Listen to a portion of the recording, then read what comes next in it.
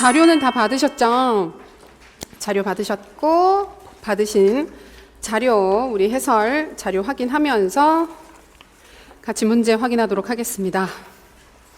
이번 모의고사 문제는 목적 자체가, 출제하는 방향과 목적 자체가 좀 평이하게 출제를 하는 게 목적이었고요. 올해 시험을 우리가 섣불리 예측할 수는 없지만 아주 난해하게 출제되기는 어렵지 않겠나 하는 그 섣부른 추측을 해보면서, 그 다음에 지금 상반기 공부 사항에 대해서 전반적으로 확인을 하고 약간은 그 최소한의 공부 정도를 확인하는 시험 맥락으로 확인을 했습니다. 그래서 공부가 이전에 좀 되셨던 쌤들은 조금 편하게 전체적으로 찾으실 수 있지 않았겠나. 게다가 물어보는 항목의 수가 그렇게 많지 않았죠. 그래서 저희가 5, 6월 달에 진행을 했었던 그 본 수업에 모의고사에서 물어봤었던 항목들보다 오히려 조금 더 편한데?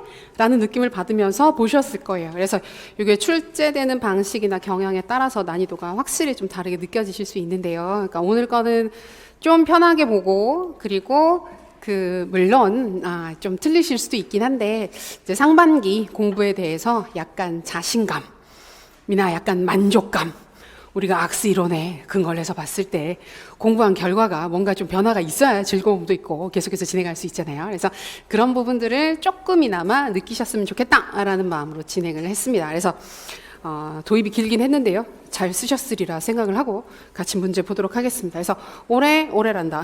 이번 모의고사의 목적은 상반기 교육학 학습 상황을 전체적으로 확인하는 거. 그래서 매번 우리가 중요하게 보고 있는 주요 영역들을 중심으로 해서 문제를 확인했습니다. 그래서 교육 과정, 교육 심리, 최근 트렌드에서는 심리 영역들도 꾸준히 물어보고 있죠. 그다음에 교수 이론 및 공학 부분, 그다음에 교육 행정에서 4가지 부분을 확인했습니다. 타일러 부분은 오늘 기출에서도 확인을 했지만 아무리 많이 봐도 아무리 강조해도 지나침이 없다 할 정도로 중요한 영역이기 때문에 이번 기회에, 근데 오늘 물어본 게 조금 더 디테일한 부분들, 그래서 큰 부분들보다 좀 더 한 단계 들어가서 세부적인 사항들을 확인을 했었는데 인출이 애매하셨으면 한 번 더 보시면 될 것 같고, 교육심리에서는 스턴버그 오랜만에 만났죠. 그래서 오늘 또 기출 보면서 가드너가 최근에 언급이 됐으니까 언저리에 있었던 스턴버그라든지 그리고 주변에 있었던 창의력 부분들 다 주의 깊게 보실 필요가 있을 것입니다. 그리고 사례를 가지고 지능 유형 분석하는 거였는데 조금 더 복잡하고 어렵게 들어갈 수도 있었지만 그렇게 들어가지 않았어요. 되게 크게 유형이 뭐예요? 세부 구성이 뭐예요? 이 정도만 확인을 했고 그 각각의 사항들 안에 들어가는 하위 항목까지는 확인을 안 했습니다. 그러나 쌤들이 공부하실 때는 거기까지 확인을 하셨으면 좋겠어요. 자, 그리고 교육적 의의 부분, 스턴버그 쓰시면서 이번에, 그러니까 좀 이따가 세부적으로 보면 더 나오긴 하겠지만 타일러 부분도 그렇고 스턴버그 부분도 그렇고, 그래, 인출하는 건 문제가 없어. 인출은 좀 쉽게 하겠어. 근데 갑자기 왜 이걸 해야 되는지 이유를 쓰라고 한다든지, 스턴버그의 교육적 의의는 내가 본 적이 없는 것 같은데, 가드너는 본 적이 있는 것 같은데, 스턴버그는 분명히 교재에서 잘 안 본 것 같은데 라는 느낌을 받으셨을 수도 있어요. 근데 이제 오늘 또 우리가 서술형 기출, 논술 기출을 보면서 느끼셨듯이 우리가 그런 부분들은 너무 겁낼 것 없이 알고 계신 사항들 위주로 확인하시는 게 필요하니까 그런 용도로 확인을 했습니다. 그리고 교수 이론 및 공학에서는 협동학습 기본 원리 자주 확인하는 거였었죠. 그리고 구성주에서 쌤들 많이 쓰고 싶어 하셨던 상보적 교수, 그렇죠. 내가 구성주의 중에서 딴 건 모르겠지만 상보적 교수는 쓸 수 있을 것 같아. 4가지 기법 다 나와봐. 이렇게 해서 약간 쓸 수 있었잖아요. 그래서 그거 인출하는 기회에 드렸어요. 즐거우셨나요? 그리고 마지막 교육 행정 부분에서는 예산 편성 기법. 자, 오늘 수업 들으셨던 선생님들은 틀리면 안 됩니다. 그죠? 예산 편성 기법에서 영기준 예산제도 잘 찾으셨을 거고, 장단점 역시 오늘 형성평가할 때도 확인하고, 이게 왜 중요하냐면요, 이러면서 막 계속 얘기를 했었기 때문에 이게 뭐 장기격까지 넘어가지 않았다 손치더라도 이 정도라면 인출을 할 수 있지 않았을까. 좀 다른 얘기긴 한데 최근에 인지심리학에서 연구를 했는데, 이거는 이제 그 연구 결과이긴 한데, 우리가 인지심리에서 작동기억에서 저장을 할 수 있는, 한 번에 처리할 수 있는 정보를 왜 7 플러스 마이너스 1라 그러잖아요. 그래서 5개에서 9개 정도를 처리할 수 있다 그러는데 최근 실험들에서는 아닌 것 같다라는 연구들도 있어요. 한 몇 개쯤 될 것 같아요. 생각보다 많아요. 그래서 그걸 보고 이건 좀 그렇지 않나? 한 150개?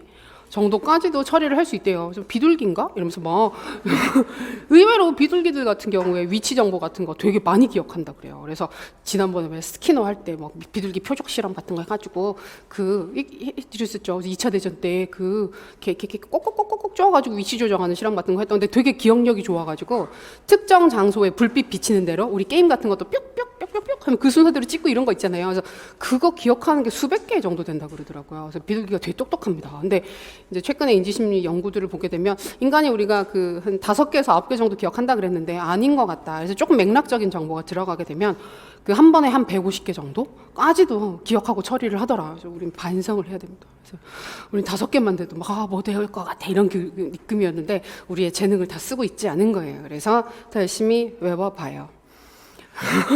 결론은 그렇습니다. 그래서 오늘 연기준 예산제도 보셨던 쌤들 잘 인출하셨을 것 같고, 그다음에 이 예산 편성 기법 같은 경우에는 기법적으로도 의미가 있지만 행정 영역에서 두루두루 한두 꼭지 정도로 물어보기가 괜찮은 부분 중에 하나예요. 의사결정 모형도 그렇고 그다음에 예산 편성 기법도 그렇고. 그래서 연기준 부분 꼼꼼하게 보시면 좋았을 것 같습니다. 그리고 논술 쓰시는 거는 이제는 좀 많이들 써보셔가지고 이제 연습도 잘 되셨고 쓰는 시간도 특히 오늘 문제 같은 경우에는 다들 되게 빨리 쓰셨어요. 그쵸? 오랜만이죠. 그래서 좀 편안하게 잘 쓰셨는데 이럴 때도 있어야죠. 또 우리 7월 시작하게 되면 이렇진 않을 거니까요.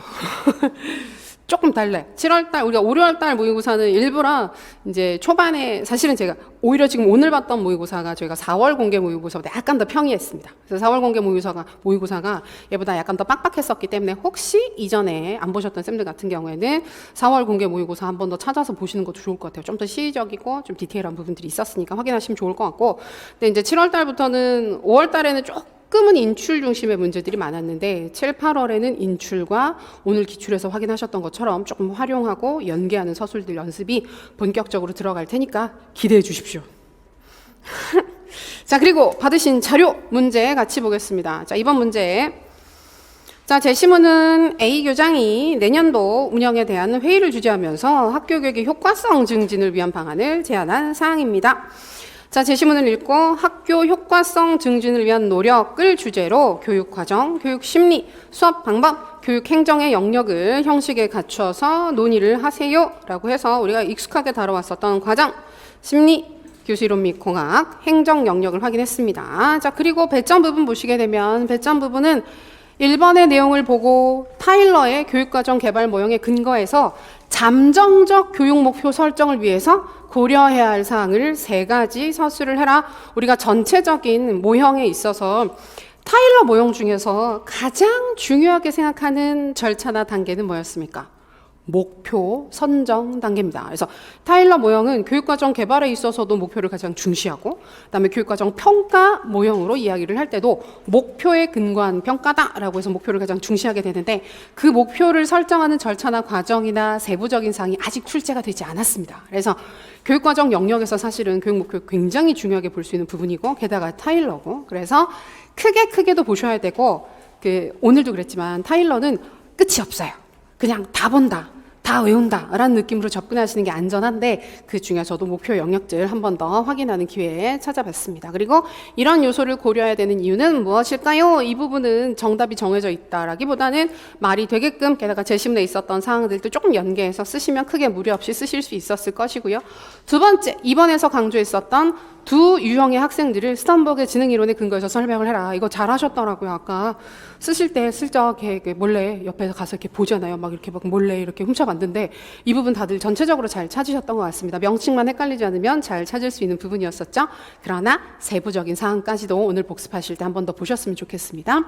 그리고 스턴버그 지능이론의 교육적 의의를 하나 서술을 해보자. 오늘 확인하는 시간 가지면 될 것 같아요. 그리고 스턴버그 이론은 좀 추가적으로 보는 부분도 있으니까 체크하고 자, 그 다음에 세 번째에서 밑줄 친 부분을 가능하게 하는 존슨과 존슨이 제시한 협동학습의 원리 2가지. 협동학습의 원리 굉장히 중요하죠. 이전에 구체적인 모형도 아직 안 물어봤고 우리 첫 번째 시험에서 협동학습 물어보긴 했지만 어떻게 활용할래요? 라고 물어본 거라서 되게 모호했어요. 이 부분을 물어보는 걸 수도 있고 아니면 그냥 협동학습의 기법들 STAD 있어요? 직소투 있어요? 이 정도로 썼어도 사실 점수를 줬을 문제가 한번 출제된 적이 있어서 요 영역은 대부분의 그 협동학습 책들에서 협동학습을 다루는 책들에서 중요하게 보는 상황이기 때문에 꼼꼼하게 봐두십시오. 그리고 요거 나올 때마다 많이 나오는 질문이 전공에서 이걸 비슷하게 다루는데 표현하는 용어나 명칭에 조금 차이가 있다. 어떻게 봐야 되느냐 가지고 많이 고민하시거든요. 근데 제일 좋은 건 두 가지 구분해서 보시는 게 제일 좋죠. 그쵸? 이건 전공 개념, 이건 교육학 개념에서 나눠서 보시는 게 좋은데 사실 그게 힘들어요. 그죠? 그러면 우선적으로 먼저 기억해 두시는 건 전공이 나아요. 아무래도. 왜냐하면 문제 개수가 훨씬 더 출제가 될 가능성이 높기 때문에 안정적으로 전공을 먼저 가지고 가시고 교육학은 또 하나를 완벽하게 외우게 되면 정리하시게 되면 또 나머지 것들은 따라서 기억하실 수 있게 되니까 부가적으로 보시고 답을 쓰는데 정말 기억이 안 난다? 그럼 전공 명칭을 쓰셔도 아마 맞다고 해줄 겁니다. 그리고 아까 그거 다른 질문 하신 쌤도 있으셨는데 만약에 답을 쓰는데 이게 전공에서도 다루는데 예를 들어 전공이 영어란 말이에요. 그럼 전공 예를 들어서 그럼 전공에서는 그 해당 명칭을 영어로 공부할 거 아니에요. 그러면 근데 한국말로 기억이 안 나요. 논술 쓰는데 영어는 기억이 나요. 우리도 그럴 수 있어요. 전공이 영어가 아니라고 할지라도 저희가 에디 모형이라든지 에디 모형에서 인출이 안 될 건 없을 것 같긴 한데 어슈어 모형 약간 특이하죠. 어슈어 모형을 굳이 한국말로 기억하지 않고 그 영어 약자로 기억해서 뭐 스테이트, 오브젝티브즈 이렇게 기억하실 수도 있긴 하겠지만 그래서 영어로 기억을 했는데 그게 기억이 난다. 아니면 악스 이론에서 갑자기 관련성이 기억이 안 나는데 렐러번스가 기억이 난다. 그럼 어떻게 할 거냐? 그렇게 써도 되느냐? 써도 됩니다. 써도 됩니다. 그거는 이제 물론 대안적인 거 기억나면 한국말로 쓰는 게 제일 좋죠. 근데 기억이 안 난다 그러면 영어로라도 쓰시면 돼요. 틀리지 않으면 점수를 줄 거예요. 영어 같은 경우에는. 가끔 보면 한자로 쓰시는 분들도 있으세요. 가끔. 근데 저는 이렇게 한자는 조금 왜냐하면 채점하시는 분도 전 안전하지 않다고 생각합니다. 그리고 이게 타이핑해서 들어가는 거면 변환하면 바로 읽히잖아요. 근데 이제 이게 아무래도 우리 글로 쓰는 거다 보니까 조금 그리고 저만 해도 저희 세대만 해도 한자 되게 열심히 안 배운 세대거든요. 그래서 제가 못하는 게 아닙니다. 제가 못하는 게 아니라 저희 교육 과정 자체가 약간 약했기 때문에 그래서 굳이 채점자들 입장에서 그걸 안전하게 읽을 수 있을까? 그래서 한자 정말 쓰고 싶으시면 괄호해서 써주시면 훨씬 더 신뢰로운 답안이 될 수 있지 않을까 하는 생각도 해봅니다.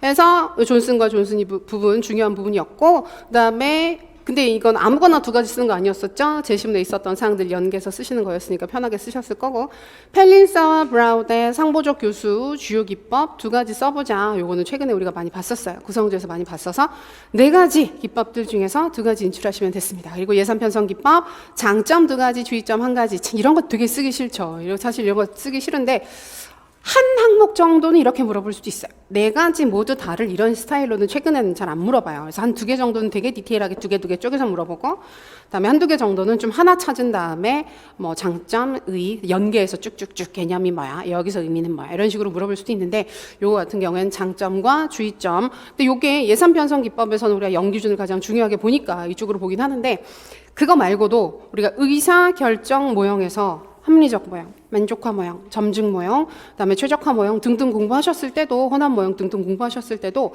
각각 장단점을 정확하게 봐두시는 건 생각보다 중요합니다. 해당 부분들은 물어볼 법하니까 그런 부분들도 연계해서 꼼꼼하게 봐두시면 좋을 것 같아요. 그리고 주제는 학교 효과성 증진을 위한 노력과 연계를 하는 건데 주제는 크게 어렵지 않죠. 학교 효과성, 결국 교육의 질적 수준 향상 이런 쪽으로 연계를 하면 되니까 쓰실 때 되게 편하게 쓰셨을 것 같습니다. 네, 그리고 배점을 봤으니까 제시문을 하나하나 볼 텐데요. 제시문 분량도 그렇게 많지 않고 찾는 것도 그렇게 많지 않아서 어렵지 않게 잘 쓰셨을 것입니다. 자, 첫 번째 단락. 교육과정은 교육의 질과 직결되는 요소다. 그래서 우리 교육의 효과성 증진을 위해서 우선적으로 살펴야 한다.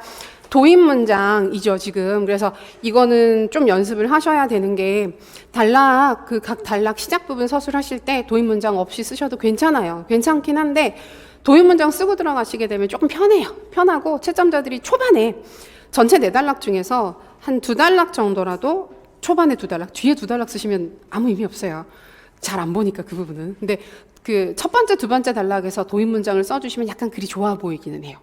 글이 괜찮네, 잘 쓰네, 연습이 많이 되어 있네 이런 느낌을 줄 수 있기 때문에 간단하게 쓰시면 되는데 쓰실 때 여기에 있는 것처럼 제시문에 봤더니 그렇지, 교육 효과성 증진에 있어서 교육 과정이 중요해. 무엇을 가르칠 것인가, 어떤 구조를 가르칠 것인가, 가르칠 내용을 결정하는 상황이기 때문에 효과성에 되게 큰 영향을 미치는 부분이다. 이렇게 도입을 간단하게 해주시고 들어가시면 됩니다. 제시문에 그런 내용들이 있으면 끌어다 쓰세요.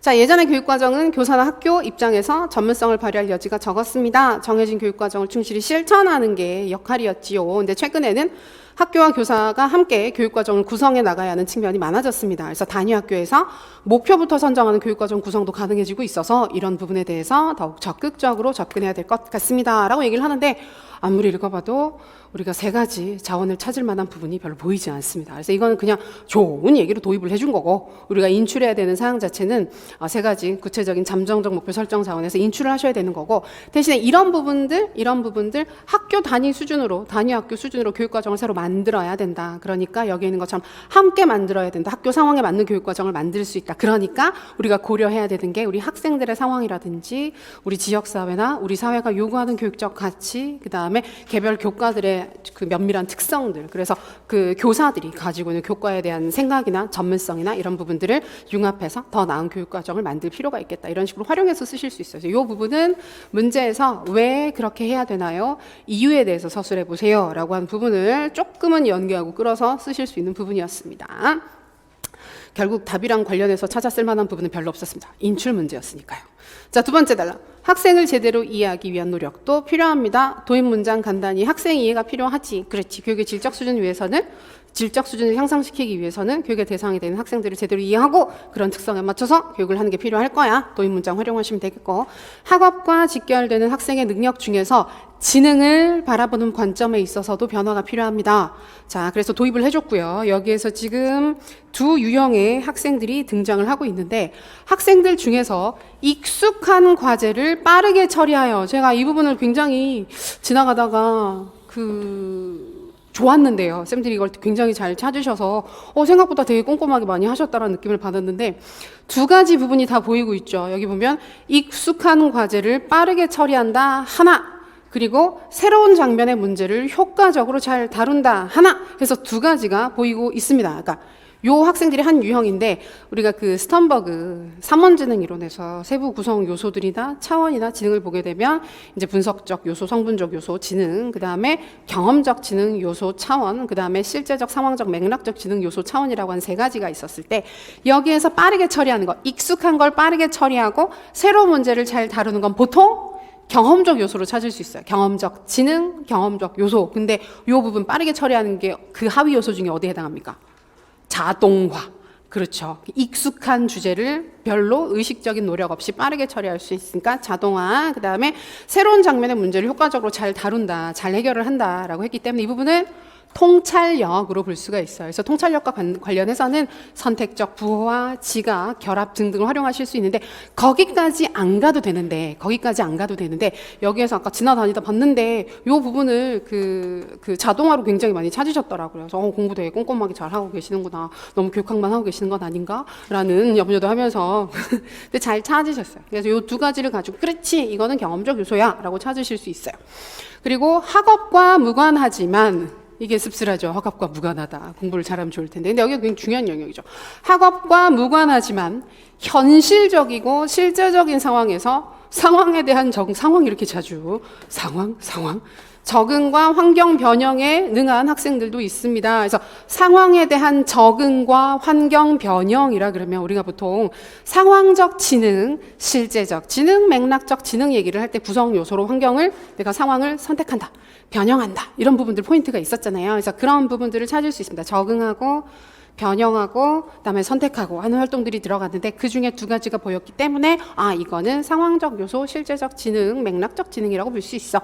명칭은 그게 어느 한쪽으로라도 정확하게만 쓰시면 돼요. 상황적 요소라고도 부르고 실제적, 맥락적 요소라고도 부르고 있습니다. 그래서 그 두 가지를 찾았어요. 그리고 전통적인 지능 이론에 따르면 이런 학생의 지적 능력은 제대로 평가할 수 없습니다. 왜냐하면 전통적인 지능 이론으로 보면 이 두 가지 빼고 원래 어떤 부분들 분석적 요소, 지능, 성분적 지능에 해당하게 되는 부분들만을 지능으로 봤었기 때문에 이 학생들은 전통적 지능 이론으로 보자면 되게 별로 지능이 좋지 못한 학생이라고 판단이 될 거예요. 그래서 이 부분에서 착안을 하셔서 스턴버그 지능 이론의 시사점은 뭘까? 의의는 뭘까? 어떤 점에서 가치가 있었을까라고 했을 때 그 전통적 지능 이론으로 평가할 수 없었던 다른 관점으로 학생들의 내적 능력이나 지적 능력을 평가할 수 있다. 결국 지능의 개념을 어떻게 했다? 확장했다. 실제적 영역으로 경험적 요소까지 확장을 시켰다. 그렇게 접근하시는 것도 괜찮은 방법, 서술이 될 수 있습니다. 네, 그렇게 찾았지요. 근데 피곤하시죠? 지금 약간 오늘 수업 계속 듣고 있으셨던 쌤들 같은 경우 지금 나는 뭔가 누군가 여긴 어딘가 약간 그쵸 이렇게 약간 이렇게 모든 것을 떠난 몰입? 몰입 상태? 아니죠.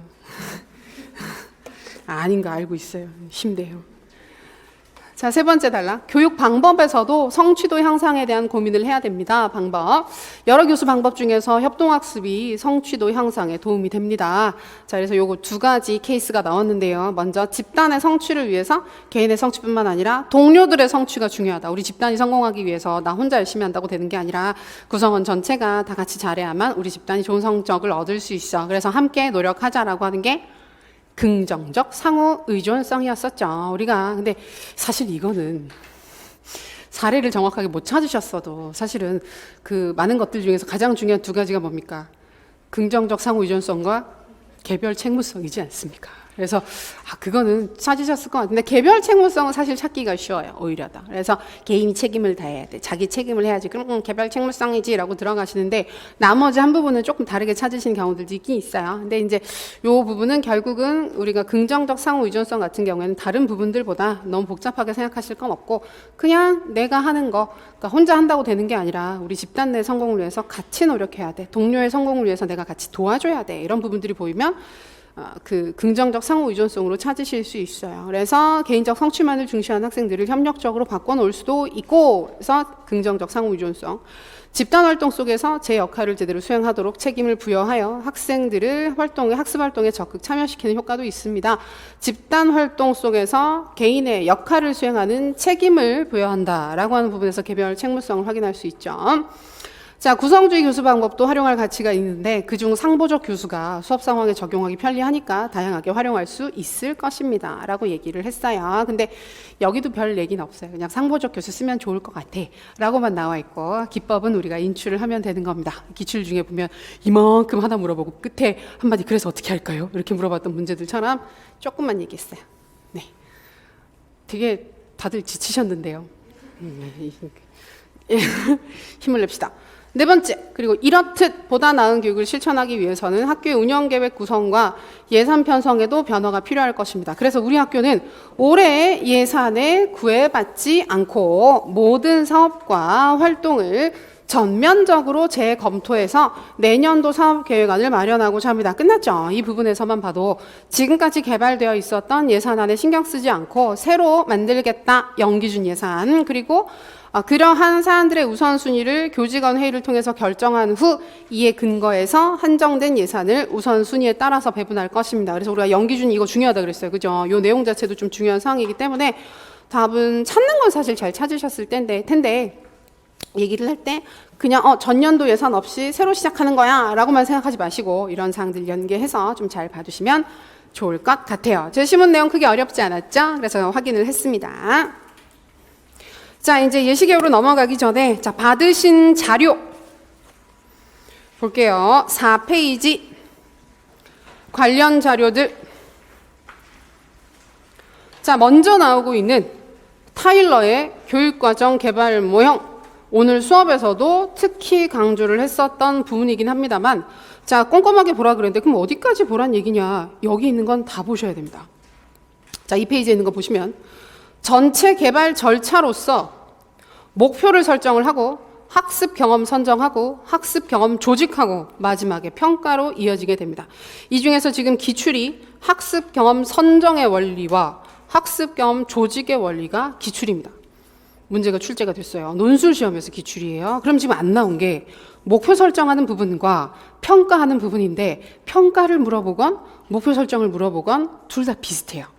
비슷하고 결국은 구체적인 학습 목표를 매개로 해서 접근을 하는 모형이다. 그리고 그 얘기를 할 때 항상 연계가 될 수 있는 게 이원 목적 분류, 이원 목표 분류가 연계가 될 수 있어요. 자, 근데 학습 목표를 설정하는 절차가 되게 복잡하죠. 그래서 이번 문제에서는 잠정적 교육 목표 설정에 필요한 자원이 뭐예요? 세 가지가 있는데 세 가지를 다 물어봤습니다. 여기 보시면 이 학습자의 심리적 요구 또는 학습자에 대한 타당성, 그다음에 사회적 요구와 가치, 사회에 대한 타당성, 교과 전문가의 견해, 교과에 대한 타당성이라고 해서 세 가지를 확인을 해야 된다. 잠정적 목표를 설정한다라고 하는 건 구체적인 행동 목표를 설정하기 전에 대략적으로 이런 걸 가르치면 좋을 것 같아 라고 생각하는 게 잠정적 목표 설정이거든요. 근데 그 활동을 할 때 아무것도 없는 상태에서 설정하는 게 아니라 방금 언급했었던 세 가지, 결국 교과, 학생, 사회라고 하는 우리가 교육과정 구성에 있어서 가장 필요한 3요소 얘기를 했었던 그 세 가지를 고려하는 것입니다. 그래서 그거 기억해 주시고 그 다음에 목표 걸음체, 쌤들 좋아하시는 거, 그쵸? 잠정적 목표 설정 자원 쓰라 그러면 채를 자꾸만 쓰고 싶어요. 두 가지라서 이거 자꾸 쓰고 싶어 하시는데 꼭 구분해서 봐두십시오. 그러면 요 세 가지 자원에 근거를 해서 목표를 대략 결정을 하고 나면 이 두 가지 채를 통해서 걸르는 겁니다. 제1의 채가 교육 철학이고 제2의 채가 학습 심리학, 교육 심리학이에요. 그래서 교육 철학 같은 경우에는 가르칠 만한 가치가 있는가에 대한 가치 판단을 하는 거예요. 그래서 진보주의자 입장에서 보는 것과 항존주의자 입장 또는 포스트 모더니스트의 입장으로 보는 목표 기준이 다를 겁니다. 그래서 이거는 가르칠 만한 가치가 있어, 없어 등등을 판단하는 기준이 달라지는 거기 때문에 자, 교육 철학을 혹시나 첫 번째 채로 거르게 된다고 찾게 되는 경우가 있으면 이건 안 중요한 것 같아요. 이 목표는 지금 우리 사회에 잘 안 맞는 것 같아요. 제 생각에는 학생들한테 아주 중요한 상황이라서 반드시 가르쳐야 한다고 생각합니다. 이런 식으로 서로 다른 교육적 기준과 가치를 가지고 이야기를 하고 걸리는 모습을 보여줄 거예요. 그걸 가지고 찾으시면 되고, 두 번째 채가 학습 심리학. 예전에는 학습 심리학이란 말을 더 많이 썼고 최근에는 교육 심리학으로 바뀌긴 했지만 학습 심리학이라고 많이 얘기를 했어요. 그래서 학생들의 발달 수준을 고려했을 때 이게 가르쳐질 수 있는 내용 수준인가 등을 보는 겁니다. 아무리 중요한 내용이라고 할지라도 지나치게 어렵거나 지나치게 쉬운 내용을 설정하면 안 되니까 그걸 가지고 적절하게 걸러요.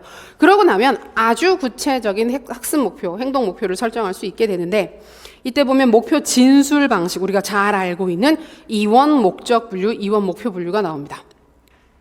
이거 이전에 우리가 논술 풀 때 한번 서술했었죠. 이게 도대체 뭐냐? 이원 목적 분류로 분류한다는 게 무슨 뜻이냐? 목표를 기술할 때 내용 영역과 행동, 수행의 영역이 있어야 된다. 그래서 어떤 내용을 어떤 수준으로 어떻게 수행하기를 원하느냐, 이런 부분들을 확인하는 거였습니다. 그래서 내용과 행동의 차원으로 구분한다. 요게 진술 방식이고, 표현을 할 때는 그런 식으로 글을 써야만 하는 것이고, 자, 추가적으로 목표 진술 원칙이라고 해서 그 내용 안에 그 반드시 그 포함되어 있어야 하는 서술의 원칙들을 보게 되면, 기술의 원칙을 보게 되면 첫 번째, 포괄적이어야 된다. 지나치게 작으면 안 된다는 거예요. 너무 짜잘짜잘한 목표를 설정하기보다는 포괄적인 가치가 있는 포괄성에 근거해서 목표를 설정을 해야 된다. 그다음에 일관성이 있어야 된다. 그다음에 실현 가능성이 있어야 된다. 혹시나 하는 마음으로 여기까지 보시면 좋겠어요. 목표가 아직 안 나왔고 목표는 가장 중요한 영역이니까. 근데 확률적으로는 이원 목적 분류를 언급할 가능성이 높기는 하죠. 근데 이원 목표 분류를 언급했는데 뒤에 뭘 또 다른 원칙을 물어보고 있으면 아, 이거구나. 포괄성, 일관성, 실현 가능성이구나 라는 식으로 보시면 돼요. 그래서 여기까지 보시고, 그 다음에 학습 경험의 선정, 오늘 기출에서도 확인을 하셨습니다만 기회의 원리와 만족의 원리는 물어봤습니다. 개념을 쓰라 라고까지 했기 때문에 되게 세부적으로 물어본 거예요. 이 정도면. 그래서 혹시나 하는 마음으로 한 번 더 보시고, 학습 가능성과 일목표 다경험, 일경험 다성과는 다시 물어볼 법한 사항 중에 하나예요. 옛날부터 약간 인기 주제. 개념 헷갈리지 마시고. 근데 여기는 눈을 뜨고도 당해요. 글을 쓰면서 글을 쓰는 내가 그냥 헷갈려서 잘못 넘어가요. 그래서 일목표 다경험, 하나의 목표 달성을 위해서 다양한 학습 경험이 필요하다. 그다음에 일경험 다성과, 하나의 교육적 활동이나 경험을 통해서 여러 가지 교육적으로 가치 있는 것들을 얻어야 한다. 여러 성과가 나와야 된다. 이런 부분들 키워드 중심으로 꼼꼼하게 봐두십시오. 그다음에 조직 원리도 나왔던 거죠. 계속 계열 통합인데, 그래서 작년에 중액 구조 물어봤잖아요. 중액 구조를 실제로 여기서 찾을 수가 있어요. 그래서 여기에서도 비슷한 걸 찾을 수가 있는데 작년 기출을 보게 되면 교육과정 유형이 뭐예요? 라고 물어본 게 아니라 교육과정 조직 원리, 조직 방식이 뭐예요? 라고 물어보면서 중액을 찾으라고 한 거거든요. 근데 물론 거기에 타일러라는 근거가 있었으면 다들 더 못 찾았을 거예요. 오히려 더 중액일 리가 없어 하고 다 못 찾긴 했을 텐데 타일러도 중액 얘기를 했습니다. 그게 지금 여기 보면 학습 경험의 조직 기준은 우리가 보통 조직 원리라고 해가지고 계속 계열 통합이라고 하는 세 가지 이건 잘 알고 계실 거고, 근데 조직 구조를 보게 되면 상층, 중층, 하층이 있어요. 근데 이거는 마음 먹고 엮어버리면 엮을 수 있는 사항들입니다. 그래서 상층 구조, 가장 큰 교과를 구성하는 구조를 봤을 때 교과 구조는 우리가 학문 영역을 딱딱딱 쪼개가지고 개별 교과들을 구분해서 만드는 거고, 광역 구조, 말 그대로 광역교육과정 공부하셨죠. 그거랑 유사해요. 유사한 영역을 크게 묶어서 다루는 거고, 중액 구조는 중액교육과정과 동일합니다. 중심이 되는 내용과 주변부의 교과를 배치를 한다. 그 다음에 활동 구조는 이거는 경험중심 교육과정에서 활동 중심 교육과정이 있었죠. 그래서 교과나 그 학문 영역으로 접근하는 게 아니라 활동, 그리기, 만들기, 하기 이런 식으로 하는 활동 중심으로 교과를 편성하는 것도 가능하다고 봤어요. 근데 가만히 봤더니 여기 보면 그 상층 구조 안에 교과도 있고 광역이라고 하는 연계되는 부분들도 있고 중액도 있고 활동도 있어서 교과 중심 교육과정, 경험 중심 교육과정, 그다음에 예를 들어 좀 더 확장을 한다 그러면 융합형 교육과정까지도 여러 개의 교육과정 유형들이 다 보이고 있죠. 왜냐하면 타일러는 특정한 교육적 가치나 이런 부분들을 지향하지 않은 학자입니다. 그래서 상층 구조를 짤 때 네가 만약에 진보주의자고 경험 중심 교육과정에 근거해서 교육과정을 만든다 그러면 중액이나 활동으로 편성하면 돼. 그런 방식으로 교과를 만들면 되는 거야. 그 다음에 네가 만약 교과 중심 교육과정을 중시하는 사람이라 그런다면 교과 중심형 그 조직을 짜면 되지. 이런 식으로 선택할 수 있는 여지를 준 거예요. 그래서 이 모형에서는 다양한 방식으로 교과를 구조할 수 있습니다. 그리고 그런 상층 구조가 결정되고 나면 그 다음에 중층 구조로서 계열 구조와 비계열 구조가 있죠. 이에도 언급될 가능성이 있습니다. 계열 구조, 비계열 구조. 계열 구조는 뭐가 중요합니까? 순서. 먼저 배우고 나중에 배우는 교과들의 영역의 내용들의 위계적 순서가 중요하기 때문에 기초가 되는 사항을 반드시 먼저 가르치고 그 다음에 순차적으로 이어지는 내용들을 가르쳐야 한다라고 하는 거고, 비계열 구조는 이게 주제별로 묶여 있어서 특별히 순서에 구애받지 않고 교과를 편성할 수 있는 방법을 얘기를 하는 거예요. 교과들마다 실제로 이렇게 편성되는 경우들이 있죠. 그래서 이게 교과의 특성에 따라서 계열 구조나 비계열 구조를 선택할 수 있다. 그러니까 이런 영역들이 우리가 지금 보게 되면 약간 생소하게 느껴지실 수도 있는데 이론할 때 다 보긴 봤었지만 좀 상대적으로 덜 강조를 하잖아요. 그래서 이런 게 그렇게 중요한 부분일까? 라는 느낌을 받으실 수도 있는데, 그 교육과정 영역에서는 하시는 분들이 이건 되게 기본적인 사항, 되게 당연하게 다들 이 정도는 알고 있어야 하지 않아? 라고 생각할 수 있는 사항 중에 하나예요. 이런 부분들이. 그래서 타일러는 조직 기준에서 세 가지 원칙 원리와 상층, 중층 구조의 세부 사항까지는 꼭 기억해 두시기 바랍니다. 하층 구조는 이런 게 있구나 정도. 이건 진짜 교과서 선정할 때 이제 그 주제, 단원 이런 식으로 해가지고 몇 단원, 소단원 이렇게 나누는 거라서 큰 의미는 없습니다. 자, 그리고 평가는 다시 목표로 돌아가는 거죠. 평가의 준거가 뭐냐? 학습 목표. 그 정도. 그리고 스턴버그의 삼원지능 이론 등장합니다. 오랜만에 보니까 좋죠. 삼원지능 이론. 안 좋으세요? 얼른 좋아하세요. 자, 스턴버그의 삼원지능 이론은 우리가 가드너가 한번 나왔고, 가드너 이론에서 되게 디테일한 지능 명칭까지 물어본 전례가 있기 때문에 이건 무조건 중요합니다. 그 다음에 출제 가능성도 제법 있는 사항들이에요. 자, 특징이자 개념인데, 지능 이론이 완전한 이론이 되려면 상황 하위, 경험 하위, 요소 하위 이론으로 구성된 종합적인 이론이 필요하다. 다른 말이 아니라 그 이전에 우리가 그 지능이라 그러면 아까도 잠깐 얘기가 나왔었지만 그 전통적인 지능들은 분석적, 성분적, 요소적 부분만 생각하는 지능들이었습니다. 그래서 머릿속으로 정보를 주로 처리하는 활동들, 무엇인가를 배워서 배운 지식을 처리하는 것, 이런 것들만 주로 생각을 했었는데, 스턴버그의 연구를 해봤더니 그럼 그런 사람들이 다 성공해야지. 그렇게 똑똑한 옛날부터 지능이 좋다고 했던 사람들이 공부도 잘하고 사회에서도 성공해야 되는데 아닌 것 같아. 그럼 결국은 성공하는 사람이 되기 위해선 그것 말고 다른 요소가 필요한 것 같다. 그래서 제시를 한 두 가지가 경험적 요소와 맥락적, 상황적 요소입니다. 그리고 여기서 우리가 요소 그다음에 차원, 지능이라고 뒤에 붙는 이름들이 다양한데 결국 같아요. 지능을 구성하는 요소다. 우리가 지능을 다뤄나가는 차원이다. 결국 그런 것들 이름을 붙여서 지능이라고 부를 수도 있습니다. 그리고 아래쪽에 그림처럼 보이지 않죠? 표. 가운데 있는 거 보시면 성분적 요소 안에 지식 획득, 수행, 메타 요소 있죠. 자, 이 세부 사항까지 다 암기하셔야 합니다. 나쁜 마음 먹고 내면 성분적 요소 물어보는 게 제일 좀 치사하기는 해요. 이게 이제 대안적인 게 아니라 기존의 지능이랑 유사한데도 불구하고 굳이 스턴버그로 물어보는 거거든요. 근데 그렇게 됐을 때 성분적 요소에서는 지식 획득 요소가 있다, 수행 요소가 있다, 메타 요소가 있다. 개념도 파악해 두셔야 됩니다. 지식 획득은 새로운 걸 배우는 거 말 그대로. 수행 요소는 그걸 배운 걸 사용을 하는 거예요. 배워가지고 실제로 수행을 하는 거예요. 활용을 하는 거예요. 그리고 메타 요소는 지적 행동, 지식 획득과 수행 요소를 관리하고 조직하는 기능을 수행하는 겁니다. 메타 인지랑 유사한데 우리가 배워서 우리가 공부를 해서 얻은 지식을 처리하는 것과만 관련해서 메타 요소를 얘기를 하는 거예요. 요게 성분적 요소에 해당합니다. 그리고 경험적 요소는 여기에는 그냥 편의상 선택적 부호와 결합 비교만 넣어놨는데 아까 문제 사례에서 보셨던 것처럼 크게 구분을 하게 되면 자동화와 통찰이 있고 통찰 안에 선택적 부호와 결합, 그다음에 비교라고 하는 세 가지 개념이 있습니다. 부호와 결합 비교는 위계성은 없어요. 이게 순서나 위계성은 없는 거라서 꼭 순서대로 가시지는 않아도 되고 그냥 개념만 정확하게 기억해 두시면 됩니다. 그리고 요거는 물어볼 가능성도 일부는 있다고 봐요. 선택적 부호와 결합 비교 같은 경우에는. 그래서 개념도 정확하게 봐두시고 자, 그 다음에 맥락적 요소를 구성하는 세 가지 환경에 적응한다, 환경을 변화시킨다, 환경을 선택한다. 자, 요거 정확하게 기억해 두십시오. 적응, 변화, 선택. 보통 맨날 사례로 든 게 이론할 때도 봤었지만 어떤 사람이 새로운 데 갔다. 쌤들이 새로운 학교에 갔어요. 대학교에 갔어요.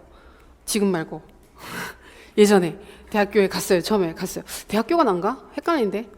근데 학교에 부임이 됐어요. 쌤들이 교사로 학교에 부임이 돼가지고 새 학교에 갔습니다. 그러면 제일 먼저 하는 게 그 학교에 적응을 해야 되겠죠. 내가 여기서 적응해서 살아남아야지. 그래서 막 열심히 살아남았는데 부조리한 게 보여요. 잘못된 부분들이 보여요. 어떻게 하실래요? 적응한다. 그럴 수 있어요. 그것도 하나의 방법이에요. 적응을 잘하는 것도. 근데 너무 잘못된 것 같은 거예요. 그러면 변형시킬 수도 있을 거예요. 가가지고 이건 잘못된 것 같습니다. 교장 선생님.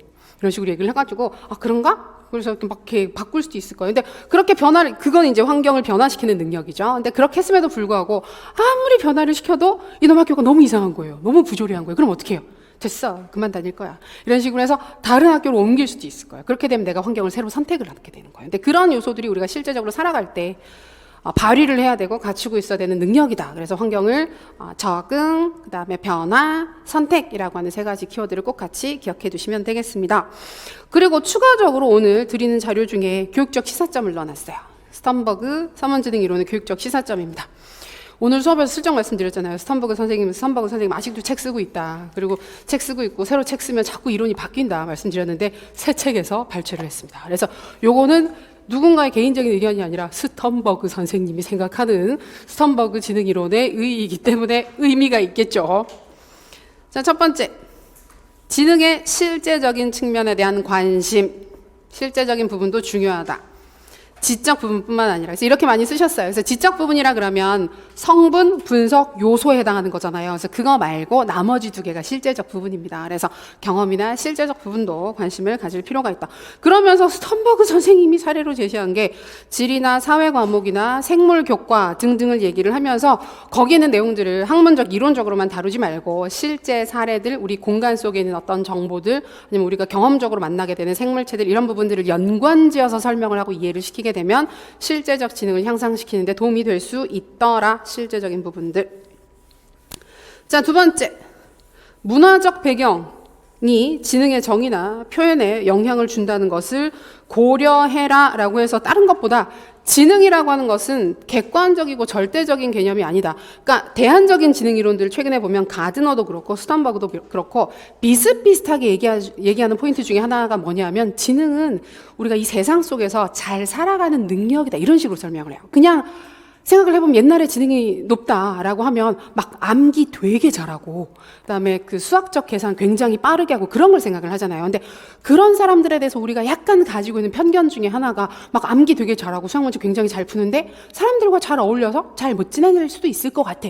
그럼 그럴 수도 있을 것 같아. 그런 느낌이 있잖아요. 근데 스턴버그나 가드너 이론에서는 그건 좀 문제가 있다기보다는 그건 진정하게 지능이 좋은 게 아니야. 우리가 진짜 머리가 좋고 지능이 좋다라고 하는 건 세상 속에서 의미 있게 가치 있게 잘 살아가는 능력이 필요해. 그 얘기를 굉장히 많이 얘기를 해요. 그래서 상황 맥락적 부분이 중요하다. 그래서 지능을 우리가 평가를 하거나 지능을 이야기를 할 때 상황적, 문화적, 맥락적 부분들도 고려할 필요가 있다라고 하는 걸 강조한 겁니다. 그래서 읽어보면 지능적인 행동은 상황 의존적이다. 그러니까 어떤 행동이 어떤 장소에서는 괜찮은 행동이고 똑똑한 행동인데 다른 장소에서는 똑똑하지 않을 수도 있다는 거예요. 그러니까 우리가 학교에서 어떤 지식을 배웠는데 그걸 왜 집에서 똑같이 학교에서 한 대로 하는 경우들이 있잖아요. 그러면 이제 어떤 부모들은 잘했어 하는데 뭐 이상한 소리를 하고 있어 이러면서 화를 낼 수도 있단 말이에요. 그러니까 똑같이 집에서 했던 행동들을 바깥에서 했을 때 친구들과 했을 때 하게 되면 뭐 그런 거 있잖아요. 집에서 왜 절대 욕하지 마라. 욕설을 하면 안 된다 이렇게 배웠는데 친구들끼리 막 놀다 보면 이렇게 욕을 안 해도 되지 않나? 근데 왜 자연스러운 분위기에서 누가 욕을 할 수도 있잖아요. 막, 야, 이 삑빙아, 이렇게 해서 욕을 할 수도 있잖아요. 그랬는데 정색을 하고, 너 어디다 대고 지금 욕을 하는 거야? 이런 식으로 반성문 쓰고, 잘못했다고 빨리 사과를 해. 라고 하게 되면, 쟤 왜 저래? 이러면서 안 나오게 되는 거잖아요. 그러니까 결국은 그런 게 중요하다는 얘기예요. 상황 맥락적인 요소가 중요하다라고 하는 게 여기서 얘기를 하는 포인트입니다. 그래서 학급에서 지능적인 행동으로 여겨지는 것이 집에서는 그렇지 않을 수도 있다. 그래서 교사 입장에서 이 아이들을 잘 지도한다 그러면 상황에 맞게끔 지능적인 행동을 잘 선택해서 할 수 있게 만들어 주어야 한다.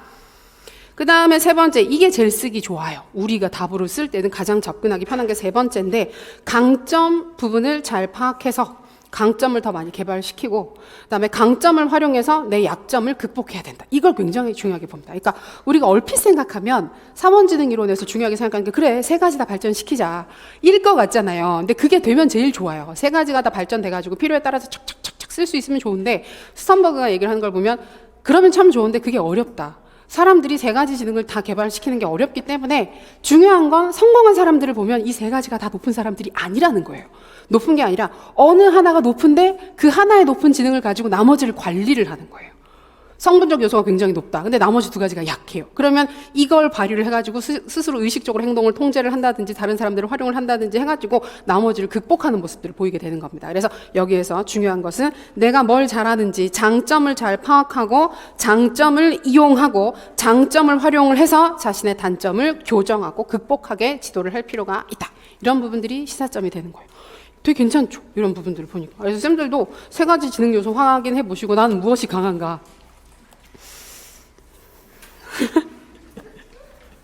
셋 다 약해요. 그러지 마세요. 그러면 안 돼요. 맞아요. 그래서 이제 우리가 통념상 그 성분적 지능 높은 사람들 되게 막 머리 좋은 사람들이 성격 이상하고 막 그런다 사회성 약하고 그렇다는 게 통념으로 있잖아요. 근데 저번에도 한번 말씀드렸었는데 최근에 또 심리 연구들을 보게 되면 아니다. 그래서 막 역사적으로 보게 되면 되게 천재들이 되게 이상한 행동하고 많이 그랬잖아요. 근데 요새 조사를 해보면 지능 높은 사람들 잘 산대요. 잘 산대요. 왜? 지능으로 커버를 하는 거예요. 그러니까 다른 약한 부분들이 있으면 그걸 의식적으로 노력을 해서 커버하는 경우들이 많이 있어서 안 그렇다 그러더라고요. 그래서 일부 사례들을 보면 그럴 수도 있는데 이제 이걸로 노력을 해서 커버를 하는 거죠. 자, 스턴버그 지능이론 세세한 부분까지 꼼꼼하게 봐두시고요. 이어서 협동학습 이론. 협동학습의 원리, 존슨이 제시한 5가지 원리가 있습니다. 긍정적 상호의존성, 그 다음에 대면적 상호작용, 개별 책무성, 사회적 기술, 집단 과정. 여기에 표현이 약간씩은 다를 수가 있지만 비슷하게 이 5가지로 봅니다. 협동학습에서는 주로 이 5가지를 얘기를 하고 오늘 문제에서는 긍정적 상호의존성과 개별 책무성을 봤는데 그 2가지가 가장 중요한 건 맞고요. 나머지 부분들, 대면적 상호작용. 자, 대면적 상호작용은 집단의 목표를 성취하기 위해서 타인을 격려하고 촉진한다. 그러니까 긍정적 상호 의존성이랑 약간 유사해요. 그래서 이걸 오답으로 쓰시는 경우들도 제법 있는데 긍정적 상호 유전성은 혼자 성공 못한다. 그래서 나 혼자 잘하려고 하지 말고 같이 잘해라. 이 얘기를 하는 거고 대면적 상호작용은 그러니까 옆에 가서 칭찬하고 격려하고 자극을 해 라고 얘기를 하는 거예요. 그래서 대면적 상호작용을 통해서 그런 활동들을 더 많이 유발시켜라 라고 하고 있습니다.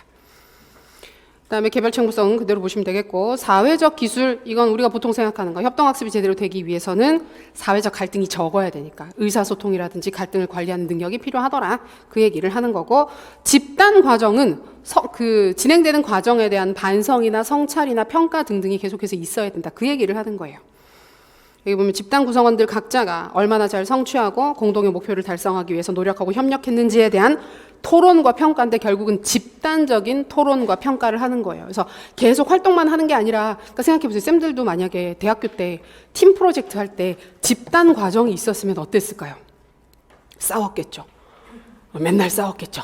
근데 이게 제대로 형식적으로 없으니까 사실 크게 터지고 싸우니까 참다가 마지막에 왜 보통 발표하는 전날 많이 싸우잖아요. 그래서 하다 안 돼가지고 네가 한 게 뭐 있냐고 이러면서 막 싸우고 그렇게 되는 건데 결국 중간중간에 만약에 액티비티가 있을 때마다 이런 과정이 있었다 그러면 그 조금씩 마음에 걸렸을 때 이미 그런 부분들을 많이 개선을 했을 겁니다. 그래서 우리가 뭐 일 분배를 했는데 너무 공정하지 못했다든지 누가 열심히 하지 않는 것 같다든지 아니면 꼭 그렇게 비판만 하는 게 아니라 우리가 지금 이런 부분은 굉장히 잘하고 있는 것 같다. 앞으로도 더 잘하자. 이러면 좀 더 의욕이 생겨서 이렇게 끌고 갈 수가 있으니까. 그래서 집단 과정은 진행되는 과정에 대한 반성, 평가라고 기억해 두시면 찾을 때 헷갈리지 않으실 거예요.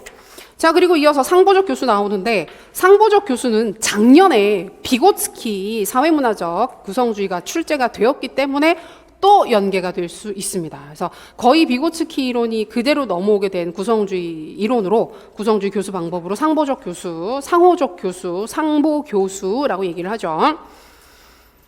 여기 보게 되면 수업 전략으로 이번에 물어봤던 거 4가지 요약하기, 질문 만들기 또는 질문하기, 그다음에 명료하기, 예측하기 4가지가 있습니다. 쌤들 찾으실 때 잘 찾으셨죠 이거는? 그래서 사례 나와도 이건 찾을 수 있어요. 그래서 내용을 정리 한번 해볼까? 간단하게 요약하기를 도대체 요약이란 말 안 쓰고 어떻게 표현할 수 있을까요? 예측하기도 한번 미리 생각해 볼까요? 어떤 일이 벌어질지 이러면 이제 찾을 수 있겠죠. 이거는 사례 분석까지도 들어갈 수 있으니까 꼼꼼하게 봐두시면 되겠습니다. 그리고 연기준 예산지도 오늘 본 수업에서도 확인했었던 사항들이에요.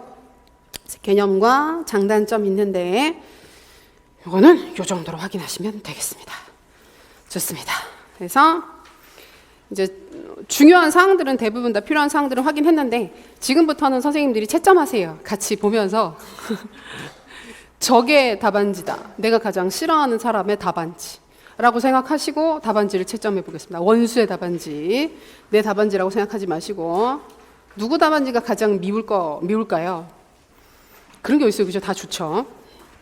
다 좋은 사이죠. 자, 그러면 한번 같이 예시개요 보면서 확인할 부분들 확인해 보겠습니다. 자, 도입 문장 쓰실 때 주제 논의에 우리가 필요성을 서술해라. 구체적인 논의사항 쓰자. 이게 이제 약간 형식적으로 이제 정리가 되어 있는데 보다 나은 학교 효과성 증진, 교육의 질적 수준 향상은 굉장히 편하게 접근할 수 있는 주제예요. 그러니까 더 나은 교육을 추구하는 건 당연히 필요한 일이고 당연히 가치 있는 일들이니까. 그래서 이런 학교 효과성에 기여할 수 있는 사람들이 다양하니까 논의를 하겠다. 이 글에서는 딴 논의를 하겠다. 제 시문 얘기 하나도 없었죠. 예, 건전지 커버가 벗겨졌어요. 건전지 커버는 참 잘 벗겨지죠. 제가 이번 주말에도 갑자기 그게 만들고 싶어가지고 오랜만에 그걸 만들어 봤거든요. 그거 뭐지? 달고나 커피? 근데 손으로는 못 만듭니다. 이게 그 거품기가 있어야 되잖아요. 근데 자꾸 건전지가 빠져가지고 이렇게 되게 힘들게 해가지고 만들었어요. 맛이 없었어요. 물 너무 많이 넣어가지고. 그게 초반에 물 되게 조금 넣어야 되잖아요. 근데 항상 감이 없어가지고 물 많이 넣어가지고 계속 젓고 있어요. 건전지가 다 다를 때까지. 자, 그래서 요 형식으로 확인을 하시면 되겠습니다. 자, 첫 번째 단락 포인트. 잠정적 목표 설정 고려사항 3가지 학습자의 심리적 요구, 사회적 요구와 같이 교과 전문가 견해인데 요거는 조금은 느슨하게 채점을 하십시오. 그래서 명칭이 똑같지 않더라도 학습자의 심리적 요구 대신에 학습자의 요구, 학습자 특성 정도까지 맞습니다. 그다음에 사회적 요구와 가치 부분도 사회적 필요, 사회적 상황이라고 쓰셔도 나쁘지 않고요. 그다음에 교과 전문가의 견해는 교과 전문가라는 말 대신에 전문가가 빠지고 교과의 논리, 교과의 특성, 교과 내용 이런 쪽으로 가도 괜찮아요. 근데 맞다고는 하시는데 한 번 더 확인해 주세요. 이게 물론 채점할 땐 관대하게 하지만 이제 시험 보고 와서 집에서 이제 보신다 그러면 좀 마음에 걸리잖아요. 밤에 잠이 안 와요. 내가 왜 그때 그렇게 썼을까? 하나만 더 정확하게 썼으면 밤에 잠을 잘 잘 텐데 라는 생각이 들어요.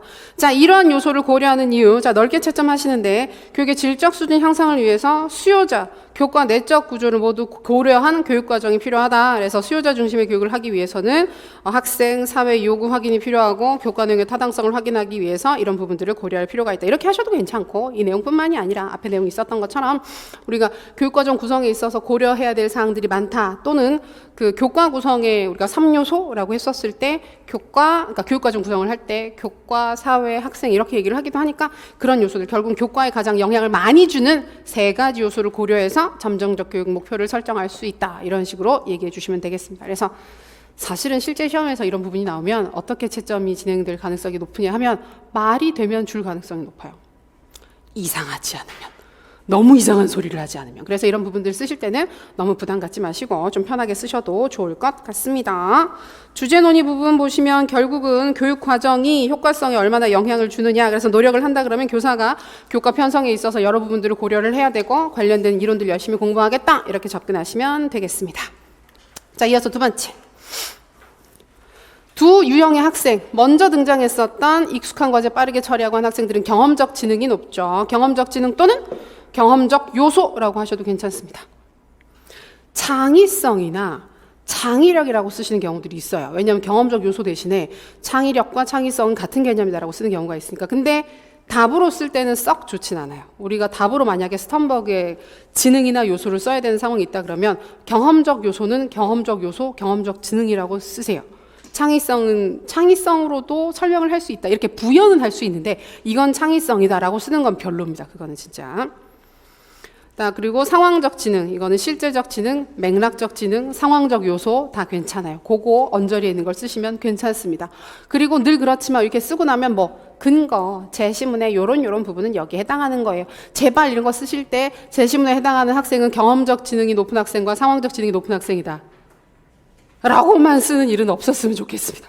이게 1점 1점씩인데 그렇게 쓰면 너무 아깝죠. 그리고 절대 또 무슨 마음이 들었는지 모르겠지만 순서 바꿔서 쓰는 경우들이 있어요. 그죠? 상황적 이러이러한 점에서 상황적 지능이 높은 학생이 있고 이런 점에서 경험적 지능 높은 학생이 있다라고 일부러 요 순서를 바꿔서 쓰는 경우들인데 그건 정말 별로예요. 그건 채점자가 반드시 실수를 할 거예요. 채점을 하시다가. 자, 교육적이 아까 얘기했던 것처럼 그거 가지고 쓰시면 됩니다. 실제적 측면을 강조했다. 강점과 약점을 파악해서 조력을 할 필요가 있다. 그다음에 3가지 지능이 조화롭게 구현될 수 있도록 지도를 해야 된다. 자, 교육적 의의를 쓰라 그러면 우리가 굉장히 혼란스럽습니다. 그래서 뭘 쓰라는 걸까? 교육적 의의라고 하는 건 즉 이 이론이 왜 활용할 만한 가치가 있는지, 의미가 있는지, 장점이 어떤 점에서 도움이 되는지 그런 것들을 쓰면 돼요. 그래서 보통 의의를 쓰라 그러면 장점을 끌고 와서 그걸 확장을 시켜요. 그래서 이래서 좋아요. 또는 이런 부분들에 활용하면 좋아요. 이렇게 활용하면 이런 교육적 결과가 나타날 수 있어요. 이런 식으로 들어가면 되거든요. 그래서 이 문제에서는 큰 맥락 없이 이 지능 이론에 교육적 의의를 쓰라고 했기 때문에 여기에 있는 것처럼 지능의 실제적 측면을 강조했다. 그래서 이전에 우리 보지 못했던 다른 지능 영역들을 볼 수 있게 만들어줬다. 지능의 개념을 넓혀줬다. 이게 같은 개념이 될 수가 있는 거죠. 그래서 강점 지능, 약점 지능을 언급하는 거. 그래서 학생들이 보다 세상에 더 잘 적응할 수 있고 성공적인 삶을 살 수 있도록 조력할 수 있다. 이런 식으로 이어서 써주시면 아주 좋습니다. 그래서 그런 맥락이면 점수를 주세요. 가장 싫은 사람의 답안지라고 생각하시고 그런 맥락이면 점수를 주시면 되겠습니다. 주란 얘기예요, 점수. 괜찮죠? 자, 이어서 3번째 항목 협동학습. 네, 이것만 맞아요. 긍정적 상호유저성, 개별 책무성. 그리고 이런 문제가 나오면 가끔 그런 경우가 있어요. 2번째 건 확실하게 보인다. 개별 책무성. 근데 첫 번째 게 좀 미심쩍어. 지금 생각해서 답을 쓰려 그러니까 찝찝하네. 그래, 좋아. 개별 책무성 먼저 쓰고 뒤에 이걸 써야지. 이렇게 해서 순서를 확 바꿔서 쓰시는 경우들이 제법 있어요. 근데 그거 제발 하지 마세요. 너무 좋지 않아요. 그러니까 너무 헷갈리시면 이러해서 이거다라고 빈칸 차라리 만들어 놓으시고 뒤에 거 쓰고 나서 돌아와서 거기다 뭐라도 메꿔 쓰시는 게 안전하지 순서를 바꿔버리면 너무 위험해져요. 너무 헷갈릴 수 있어요. 자, 수업 전략 2가지 쓰는 건 요약하기, 질문 만들기, 명료하기, 예측하기 중에 2개만 쓰시면 됩니다. 이것도 편하게 채점하실 수 있겠죠? 자, 이어서 4번째. 여기까지 이어지고 그다음에 마지막이죠. 예산 편성 기법, 영기준 예산제도.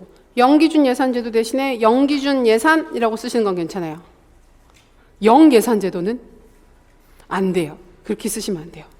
이게 문제를 한 번씩 내보면 명칭 되게 다양하게 나옵니다. 의외로 영은 쓰는데 그 뒤에 나오는 말들이 되게 자유분방하게 붙어요. 근데 그러지 마시고 영기준 예산 제도, 영기준 예산 기법이라고 꼭 정확하게 써주십시오. 영예산이라고 은근히 많이 쓰시는 것 같아요. 영예산 제도. 근데 그러면 안 돼요. 영이 기준이 된다라고 한 게 들어가야 되니까 정확하게 써주시고. 자, 장점 두 가지 어떤 게 있을까요? 예산 절감 효과를 얘기하기도 합니다. 보통은 줄이려고 많이 하니까 예산 절감 얘기 있고요. 그다음에 앞에 문제 사례에서도 나와 있었던 것처럼 구성원 전체를 참여시킬 수 있다라고 하는 걸 큰 장점으로 봅니다. 전 교직원을 참여시킬 수 있다. 좋은 거죠. 그 다음에 이전의 아이디어에 구애받지 않고 아이디어를 짜내는 거기 때문에 창의적인 아이디어, 색다른 아이디어를 얻어낼 수 있습니다. 그리고 내가 참여를 했기 때문에, 구성원들이 참여를 했기 때문에 그 정책들을 실행을 할 때 좀 더 적극적으로 자발적으로 업무를 하는 데 도움이 되기도 하지요. 그다음에 요건 우리 자료에 있었던 건데, 계획과 예산이 일치할 수 있다. 왜냐하면 계획에 따라서 예산을 하나하나 다 집행하는 거기 때문에 일치를 해서 경영이 더 좋아질 수 있다. 자, 주의점. 장점도 요런 뉘앙스가 있으면 맞다고 해주시면 돼요. 의미가 다르지만 않으면. 본인이 제일 잘 아니까. 쓴 사람이 제일 아니까. 자, 그 다음에 주의점 한 가지, 우리 많이 얘기했던 것처럼 새로운 과업이 부과돼서 시행착오를 감수할 수 있다. 그래서 힘든 거예요. 그 과정 자체가 최종적으로는 되게 좋은 성취가 나올지라도 거기까지 가는 과정이 생각보다 시간이 오래 걸릴 수도 있고 실수를 많이 할 수도 있습니다. 시행착오를 거쳐야 한다. 그리고 그걸 싫어요. 교사들이 내가 참여를 할 수 있어서 좋은 것도 있긴 한데 추가적으로 해야 되는 일이 늘어나는 거라서 기쁘진 않을 겁니다. 내가 참여는 할 수 있지만 굳이 하고 싶진 않아. 이런 느낌이죠. 자, 그리고 많이 얘기했던 거. 내가 추진했던 사업이 기각되거나 평가절하되면 비협조적인 풍토가 야기될 수 있다. 이것도 은근히 자주 언급을 해요. 그 다음에 의사결정을 위한 전문성이 부족하면 예산 절감이나 제대로 된 의사결정이 되지 못할 수 있기 때문에 구성원들의 전문성 신장이 담보되어야 한다라고 하는 것도 주의점이나 한계점으로 지적을 할 수 있겠습니다.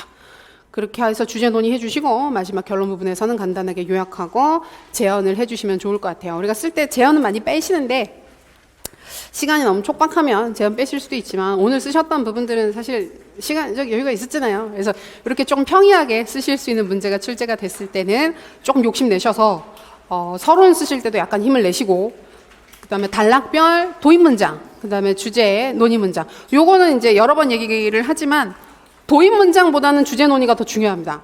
주제 논의랑 도입 중에서 하나밖에 못한다. 그럼 주제 논의를 하시는 게 맞아요. 근데 이런 식으로 좀 여유가 있는 문제가 나오면 도입도 하시고 주제 논의도 하시고 결론 쓰실 때 간단히 요약도 하시고 마지막에 제언도 해주시면 좋을 것 같습니다. 자, 이렇게 해서 6월달 공개 모의고사 풀이가 끝났습니다. 그래서 크게 어렵진 않은 문제였는데 선생님들이 좀 재밌게 잘 푸셨으면 좋겠다고 생각을 하고요. 저희가 본 강의에서는 다음 주 수업이 없고 7월 첫째 주에 이제 7, 8월 강의를 개강을 하게 되는데 그 사이 일주일 정도 좀 많이 남았죠. 한 열흘 정도 좀 충분히 남아있는 시간이 있는데 되게 알찬 시간이 될 거예요. 그래서 몸도 오늘도 얘기했었지만 건강관리도 조심하시고, 그다음에 교육학 전공 중에서 좀 아쉬웠던 부분들이 있으면 이번 기회에 좀 꼼꼼하게 확인할 수 있는 시간이 되면 좋을 것 같으니까 꼭 꼼꼼하게 챙겨서 열심히 합시다. 요새 특히 날씨 더워, 말이 끝나지 않죠? 그 더워서 건강관리 좀 중요한 시점인데요. 그러니까 되게 조심스러운 것 같아요. 그래서 다니실 때 어떤 시점보다 조심하시고 건강관리 조심하시면서 멋지게 공부해서 꼭 합격합시다. 오늘 고생하셨습니다.